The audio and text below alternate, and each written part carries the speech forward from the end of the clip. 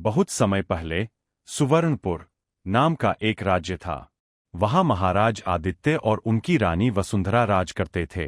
राज्य समृद्ध था, लोग खुशहाल थे और चारों ओर शांति थी। लेकिन कहते हैं न समय हमेशा एक सा नहीं रहता। एक साल ऐसा आया जब लगातार 3 साल तक बारिश नहीं हुई। खेत सूख गए, अनाज खत्म होने लगा और जनता भूखों मरने लगी। राजमहल में भी संकट गहराने लगा।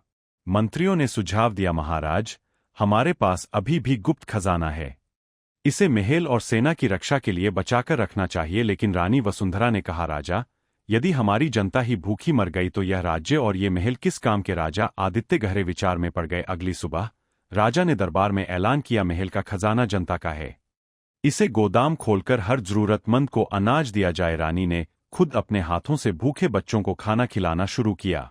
राजा और रानी साधारण कपड़ों में गांव-गांव घूमकर लोगों की मदद करने लगे। इसी बीच पड़ोसी राज्य का लालची राजा विक्रम ने सोचा, सुवर्णपुर कमजोर हो चुका है, अब हमला करने का सही समय है। वह अपनी सेना लेकर सीमा पर चढ़ आया।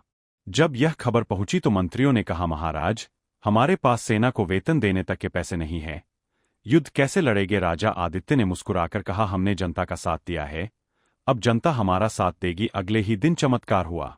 किसान अपने हल लेकर आ गए, कुम्हार अपने डंडे, लोहार अपनी हथौड़ी, महिलाएं बर्तन और मशाले लेकर मैदान में खड़ी हो गईं।